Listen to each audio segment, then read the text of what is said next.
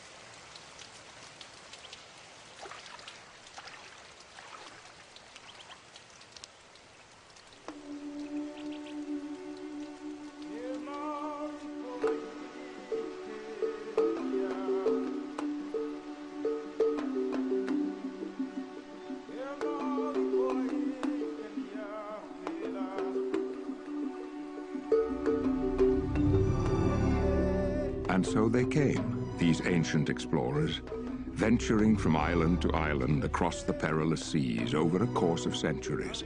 Stewards of the ancient gifts, they carried forth their treasures, planting and nourishing these wonders of nature, which would bless their lives and the lives of generations to come. Whenua, te whenua. Te rai, e te rai. E te atua e. Mai te mai te e hotu. Here, in this most perfect environment, alongside their sacred plants, these people would flourish.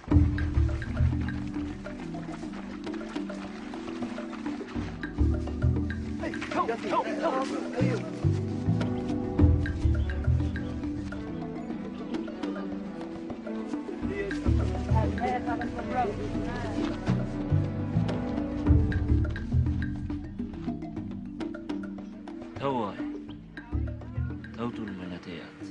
Tune, happy ben, harat imituno no erot umete pin.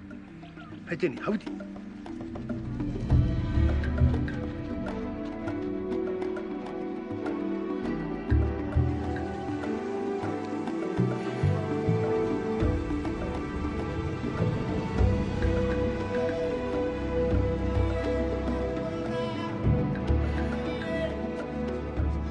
Most prized and revered among the sacred plants received from the ancients was a peculiar fruit-bearing tree referred to as noni.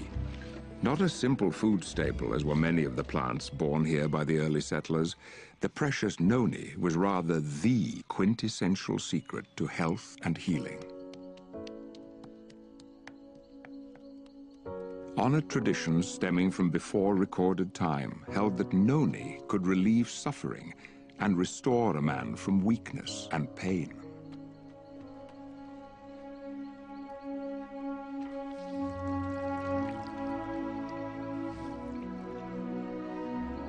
But this gift of the ancients was more than a curative to be used in times of distress.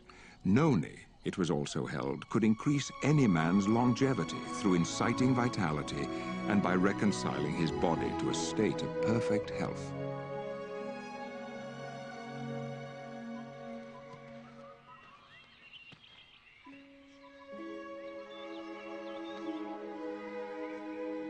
Indeed, the lives and culture of the early Polynesian people were profoundly blessed by the mystical noni. Their destinies were intricately intertwined. Together, they had been swept away to this remote island paradise from which all Polynesia would spring. Here, nurtured by pristine bounty, they had thrived. And yet to the rest of the world, these people and their sacred noni were otherwise forgotten or unknown. But such would not last forever. Centuries later, Ralph M. Heinecke would receive his doctorate in biochemistry from the University of Minnesota. Upon this accomplishment, his first desire was to escape the cold Minnesota winters, and so he took a job with the Dole Pineapple Company in Hawaii. It seemed merely a practical choice at the time, but unforeseen to Dr. Heinecke, fate was steering him down a path that would lead to astonishing discovery. My assignment was to find application for the enzyme which I had to develop a method for producing from the pineapple stem. Now this enzyme which I got from the pineapple, which I've been calling bromelain, they found that it had many, many other medical applications in addition. But they asked me to purify the enzyme, and we found that the more we refined it, the less active the product was.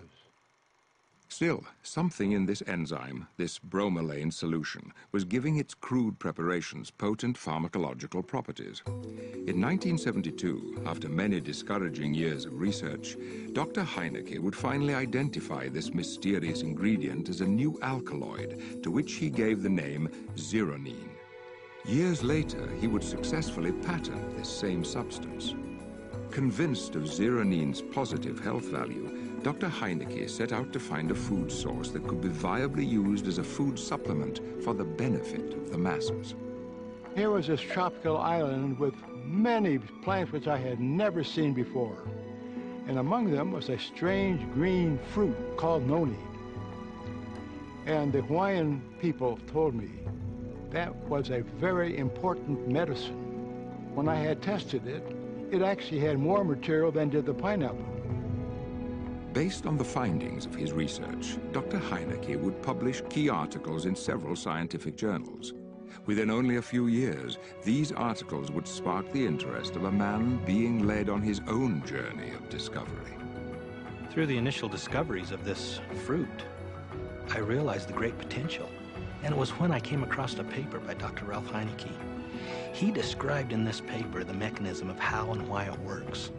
Everywhere I went on the island of Tahiti, the most interesting things happened.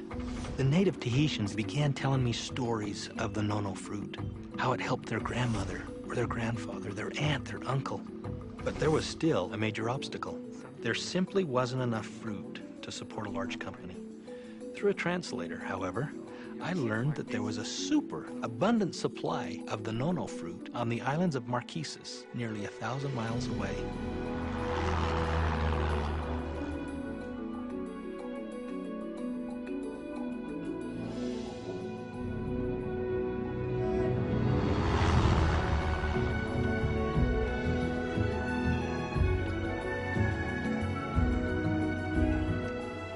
In the afternoon, we stopped at the edge of the road to rest our legs. In the sky was large, white, billowing clouds. My eyes were drawn to that sight, so I walked across the road, and there was a large ravine below.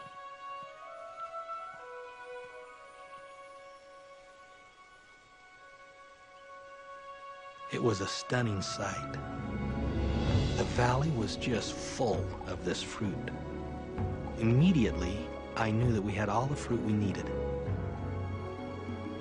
It wasn't a secret, but yet the world didn't know about it. The next thing was to find the right partners. I knew if we could find the right partners, nothing could stop us. Soon after rediscovering the secret of the noni, John Wadsworth was joined by Stephen Story, Kerry Acey, Kim Acey, and Kelly Olson. The gift of noni had been handed to a new generation and to a new set of stewards. From across the wide Pacific and into the Rocky Mountains of Utah, what would become of this precious gift? What would these new stewards, a company called Tahitian Noni International, do with this awesome responsibility? We are heirs. We have become part of this story. And I have to tell you, we can't think of the history of noni without feeling emotionally tied to every single person and event that has taken place, since, 4,000 or 5,000 years ago when it first became noticed by man. As people around the globe continue to embrace Tahitian Noni juice, the company grows beyond imagination. Consider this. Tahitian Noni juice, along with other products derived from the noni tree, is now distributed in over 60 countries and represented by distributors from more than 72 nations. Tahitian Noni juice has become one of the top brands of health products in the world, dominating the industry with 90% of the noni market. In fact, on average worldwide, it takes less than 2 seconds for the next bottle of Tahitian Noni juice to be sold. Indeed, it is enjoyed by millions. To be sure, a promised day will come, not so long from now, when Tahitian Noni juice has been received by all the world. A day when this singular fruit from this exotic corner of the earth is planted in the hearts and minds of people everywhere. For Tahitian Noni juice, a day of fulfilled destiny.